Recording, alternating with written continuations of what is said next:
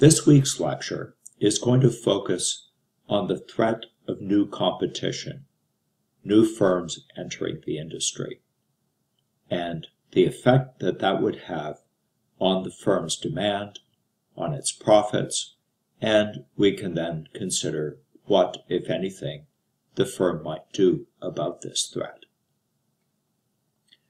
This fits into Michael Porter's model of the 5 competitive forces as one of the basic forces that needs to be considered in thinking about the profitability of firms in the industry.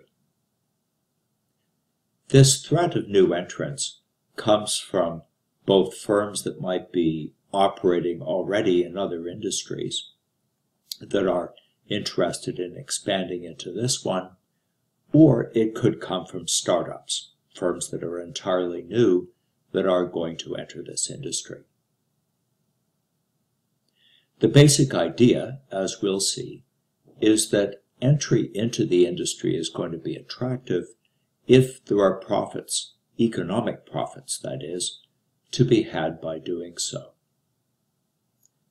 So, all else equal, the more profitable an industry is, the more attractive it's going to be for new entrants.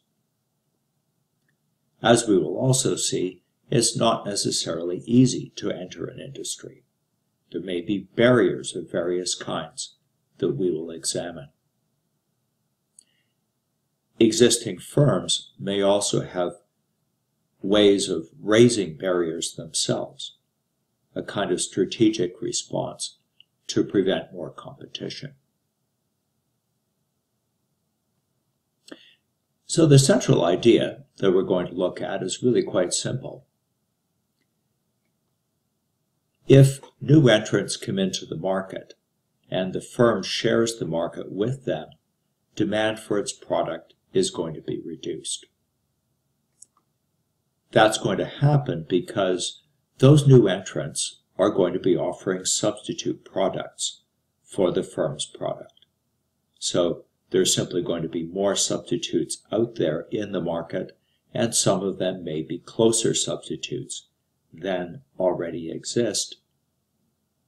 And that's going to make the demand for the firm's product more elastic. That's a concept that we've already looked at, and we've seen that if demand becomes more elastic, that's going to have the effect of forcing down prices. And of course, that's not going to be good for profits.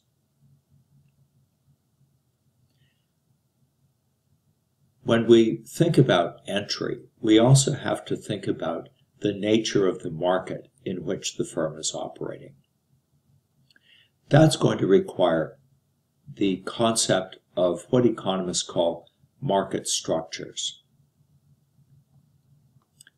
So a market structure is just a way of describing a market, and it focuses on a few of its key characteristics or features. The things that we're going to be thinking about primarily are things like how many firms are in the market selling products. Are there just a few, possibly even just one, or are there many sellers? We could ask the same thing about buyers. Are there many buyers out there, or perhaps just a few, or in the extreme case, maybe just one? We can also ask about the kind of products that are being sold by firms. Are firms selling identical products? Like, let's say, firms manufacturing cement, and one firm's cement is pretty well the same as any others. Or are firms selling substitutes for each other, but perhaps close substitutes? Or are the products that are being sold really quite differentiated? How close substitutes are they? We can also ask how easy it is for firms to enter or even to leave the industry. Are there barriers of some kind? And what are those barriers? Another characteristic that is not really discussed, I think, too much in the text, but is important, is to think about information. How well informed are people in the market? How well informed are buyers? How well informed are sellers? So the information could range from being very good, so everyone is very well informed, or information could be poor. It could also, of course, be the case that some people know more than other people. So maybe sellers know a lot more about the quality and characteristics of their products than the buyers do. That's quite a common situation, actually, in many markets. Well, later in the course, we're going to examine several kinds of market structures. But for now, we're going to look at one in particular. That market structure is called monopolistic competition. And it has the following features. We're going to assume that we're looking at a market in which there are many firms, and they're selling products that are different from each other. So firms are not selling identical products, but they're differentiated in some way. There are many ways in which products could be different from each other.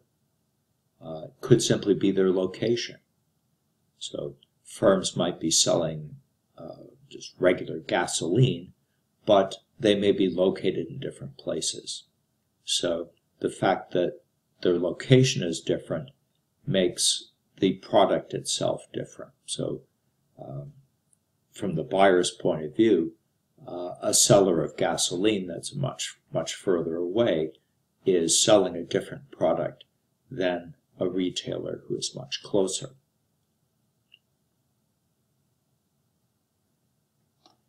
We're also going to assume that there are very low barriers to entering or to leaving this kind of industry. To make life simple, we're also going to assume that buyers and sellers have good information about anything that's relevant, whether it's product characteristics or what's going on in the industry. As we'll see, the level of profits, for example, are assumed to be well known. That being the case, if firms in a market like this are enjoying economic profits, that is, they're making returns in excess of opportunity costs, that's going to act as a signal for new firms to enter this market, because they could come into this market and, at least for a while, share in those profits. The conclusion that we're going to reach is that entry into this market by new firms is going to eventually drive economic profits down to zero. So let's just see how we can illustrate those ideas. First, I thought I would just give you a very brief little bit of historical background. This kind of analysis in economics is actually pretty recent. There were two famous books, published in 1933, one by Joan Robinson of Cambridge University, and the other one by Edward Chamberlain of Harvard University. And these were the first economic analyses of markets in which products were differentiated, where people were not selling identical products. In fact, the term product differentiation first appeared in Edward Chamberlain's book. So let's turn to a diagram that illustrates these basic ideas.